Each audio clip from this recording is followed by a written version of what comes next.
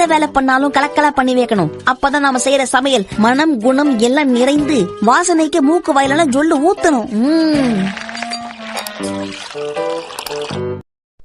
Hi friends, அஸ்ஸலாமு அலைக்கும். Welcome to Maharibas kitchen.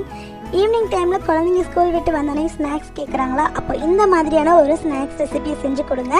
90s கிட்ஸோட most ஃபேவரட்டான ஸ்நாக் ரெசிபி. இப்போ இந்த ரெசிபி செய்கிறதுக்கு ஒரு மிக்சிங் பவுலில் 2 ஸ்பூன் அளவுக்கு ரூம் டெம்பரேச்சரில் உள்ள அன்சால்டட் பட்டர் ஒரு 2 ஸ்பூன் அளவுக்கு எடுத்திருக்கேன். ஸோ அதை வந்து விஸ்க் வச்சு இந்த மாதிரி நல்லா மிக்ஸ் பண்ணி விட்டுக்கோங்க. லைட்டாக அந்த பட்டர் வந்து லைட்டாக இந்த மாதிரி மெல்ட் ஆகி வரணும். ஸோ அந்த அளவுக்கு மிக்ஸ் பண்ணாலே போதும். அடுத்து இதில் வந்து பார்த்திங்கன்னா ஒரு 4 ஸ்பூன் அளவுக்கு பவுடர் பண்ண சுகர் வந்து நம்ம சேர்த்துக்கலாம். ஸோ இனிப்பு கொஞ்சம் கூடுதலாக வேணும்னா இன்னும் 1 ஸ்பூன் நீங்கள் எக்ஸ்ட்ரா சேர்த்துக்கலாம். ஸோ இது இந்த ரெசிபி வந்து லைட்டாக மைல்டான ஒரு ஸ்வீட்னஸோடு தான் இருக்கும். ஸோ சுகரை வந்து நான் 2 பேட்சாக வந்து பிரித்து நான் மிக்ஸ் பண்ணிக்கிறேன். இப்போது நம்ம சுகர் சேர்க்கும்போது பட்டரோட அந்த கலர் வந்து லைட்டாக சேஞ்ச் ஆகுது பார்த்தீங்களா. ஸோ இன்னும் கொஞ்சம் பீட் பண்ணுங்க.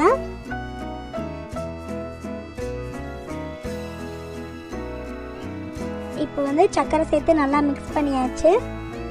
நெக்ஸ்ட் இதில் 1 ஸ்பூன் அளவுக்கு பைனாப்பிள் எசன்ஸ் சேர்த்துக்கோங்க. ஸோ இந்த ஸ்நாக்ஸுக்கு பைனாப்பிள் எசன்ஸ் தான் நல்ல ஃப்ளேவர் கொடுக்கும். பைனாப்பிள் எசன்ஸ் இல்லைன்னா நீங்கள் வந்து வெனிலா எசன்ஸ் சேர்த்துக்கலாம். ஓகேங்களா. இப்போ எசன்ஸ் சேர்த்ததுக்கப்புறமா நல்லா இந்த மாதிரி மிக்ஸ் பண்ணிக்கோங்க.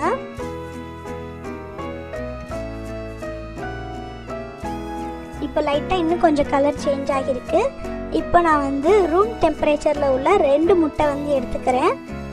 உங்களுக்கு 1 முட்டையில் இந்த ரெசிபி செய்யணும்னா மற்ற இன்க்ரீடியன்ட்ஸ் எல்லாமே 1 முட்டைக்கு தகுந்த மாதிரி நீங்கள் வந்து குறைச்சிக்கோங்க. ஸோ நம்ம சேர்க்குற பட்டர் அண்ட் முட்டை இது எல்லாமே பார்த்தீங்கன்னா ரூம் டெம்பரேச்சரில் தான் இருக்கணும். ஃப்ரிட்ஜில் இருந்துச்சுன்னா ஒரு 2 மணி நேரத்துக்கு முன்னாடி எடுத்து வெளியில் வச்சுட்டு அதுக்கப்புறமா மேக் பண்ணுங்கள்.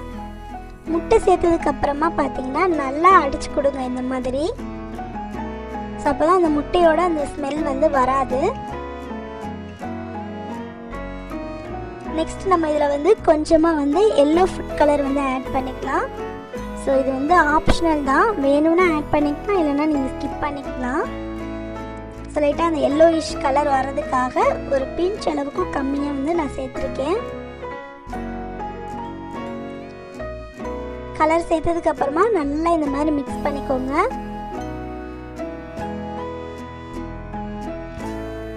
மிக்ஸ் பண்ணியாச்சு. நெக்ஸ்ட்டு நம்ம வந்து மாவு சேர்த்துக்கலாம். ஸோ இதுக்கு நம்ம மைதா மாவு தான் சேர்க்கணும். ஸோ மைதா மாவு பார்த்தீங்கன்னா ஒரு 1/2 கப் மைதா மாவு ப்ளஸ் ஒரு 2 ஸ்பூன் எக்ஸ்ட்ராவும் சேர்த்துக்கோங்க மைதா மாவே. ஸோ இதுதான் மெஷர்மெண்ட். கிராம்ஸில் வந்து பார்த்தீங்கன்னா ஒரு 85லேருந்து 90 கிராம் அளவு இருக்கும். ஸோ மாவையும் நீங்கள் வந்து சளிச்சிட்டு சேர்த்துக்கோங்க. இதையும் நான் வந்து 2 பேட்சாக மிக்ஸ் பண்ணுறேன். ஸோ கட்டி இல்லாமல் நல்லா இந்த மாதிரி விஸ்க் வச்சு மிக்ஸ் பண்ணிக்கணும்.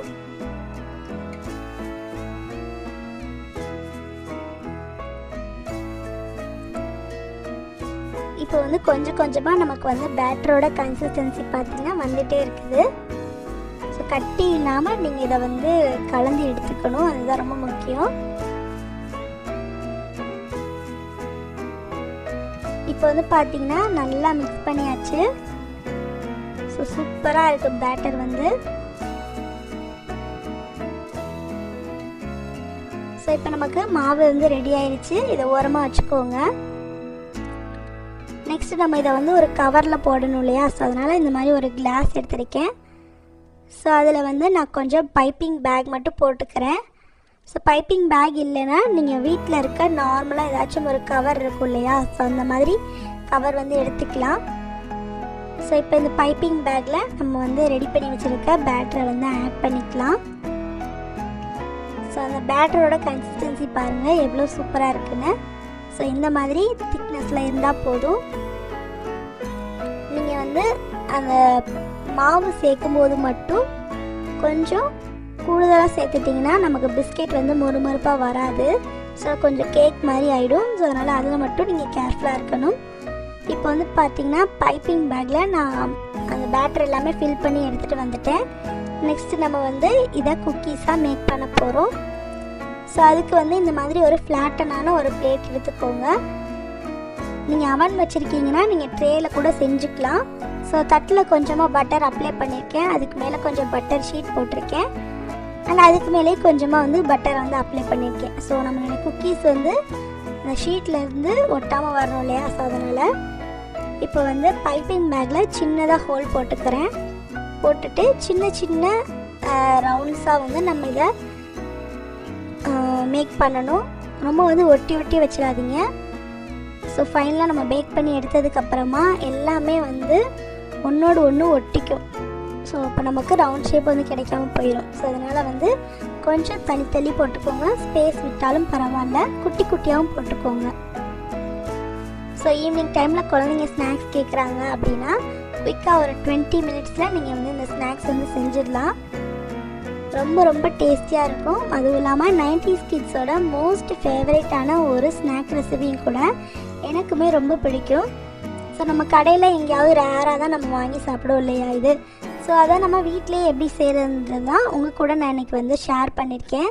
ஸோ நீங்களும் வந்து உங்கள் குழந்தைங்களுக்கு இந்த ரெசிப்பியை செஞ்சு கொடுங்க, அவங்களுமே ரொம்ப விரும்பி சாப்பிடுவாங்க. இப்போ வந்து பார்த்திங்கன்னா தட்டில் இருக்கிற ஸ்பேஸ் அளவுக்கு நான் வந்து குட்டி குட்டியாக வந்து குக்கீஸாக வந்து மேக் பண்ணிட்டேன். நெக்ஸ்ட்டு நம்ம இதை வந்து பேக் பண்ணி எடுத்துக்க போகிறோம். ஸோ இதை பேக் பண்ணுறதுக்கு இந்த மாதிரி பழைய இரும்பு தவாவில் கொஞ்சமாக உப்பு போட்டிருக்கேன்.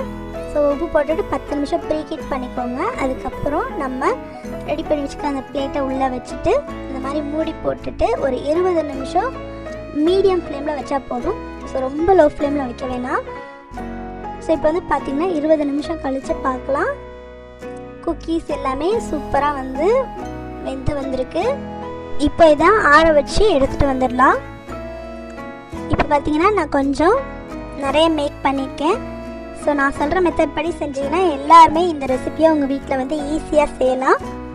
ரொம்ப கிறிஸ்பியான டேஸ்டியான 90s கிட்ஸோட மோஸ்ட் ஃபேவரட்டான காயின் பிஸ்கெட் சூப்பராக ரெடி பண்ணியாச்சு. இதை அப்படியே ஒரு ஏர்டைட் பாக்ஸில் போட்டு ஸ்டோர் பண்ணி நீங்கள் வந்து குழந்தைங்களுக்கு கொடுக்கலாம். ஸோ கண்டிப்பாக வந்து இந்த ரெசிபி உங்கள் எல்லாத்துக்கும் ரொம்ப பிடிச்சிருக்கும்னு நினைக்கிறேன். பிடிச்சிருந்தால் லைக் பண்ணுங்கள், உங்கள் ஃப்ரெண்ட்ஸ் அண்ட் ஃபேமிலி கூட ஷேர் பண்ணுங்கள். நம்ம சேனலை இது வரைக்கும் நீங்கள் சப்ஸ்கிரைப் பண்ணலைன்னா சப்ஸ்கிரைப் பண்ணிக்கோங்க. கூடவே பக்கத்தில் இருக்க பெல் சிம்பிளையும் ப்ரெஸ் பண்ணி ஆல் கொடுத்து வச்சுக்கோங்க. அப்போ தான் நாங்கள் போகிற ரெசிபிஸ் வீடியோஸ் வந்து உங்களுக்கு நோட்டிஃபிகேஷனில் வரும். இன்னொரு இன்ட்ரெஸ்டிங்கான ரெசிபியோட உங்களை நான் சந்திக்கிறேன். தேங்க்யூ ஃபார் வாட்சிங்.